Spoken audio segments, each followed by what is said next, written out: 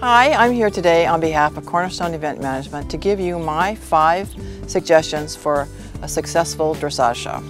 Number 1 is your paperwork that you submit to your horse show. Be sure it's clear and concise. And the classes that you listed are really the classes you want to go in.